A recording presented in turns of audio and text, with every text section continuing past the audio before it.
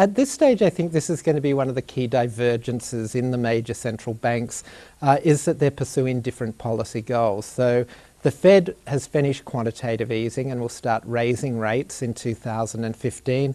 That will be withdrawing liquidity because US Treasuries are global benchmark interest rates, and as they rise, the global cost to capital is likely to be rising. The People's Bank of China move, it's very difficult to see that as the beginning of a trend. They've been very reluctant to ease rates, and I think it's the fact that the economy hasn't been responding to calibrated easing or more tailored easing that has prompted this move, which is more likely to be a one-off.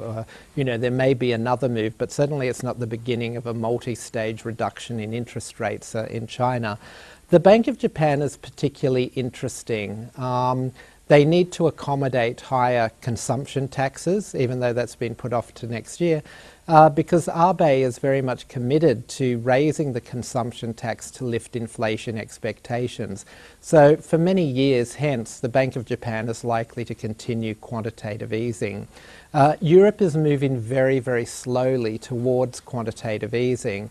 I think there's a view that the ECB could bolster European growth, but they just don't feel like quantitative easing when they are actually constrained by the Maastricht Treaty, and the ECB has very little real independence compared to other central banks. So the liquidity cycle is going to remain divergent. I think what the BOJ adds, the Fed will probably take away, and the ECB is going to be slow to get into quantitative easing. So it's not going to be a dramatic turn, a dramatic increase in liquidity. I think excess liquidity will remain broadly stable, and I wouldn't be looking for too many spillovers into India as a result of that.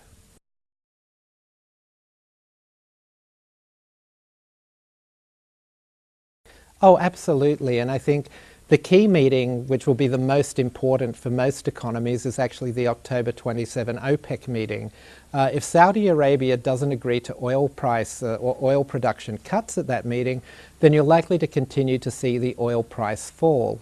What we know is that imbalances in the oil market tend to work out over 2 to 3 years. So we could actually be looking at a multi-year decline in oil prices from these levels.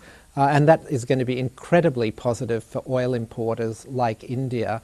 As for gold, gold is in an indifferent phase at this stage. People tend to hold gold as a hedge against deflation or as a hedge against inflation. We're not really in either of those states at the moment, so gold prices are likely to keep moving sideways.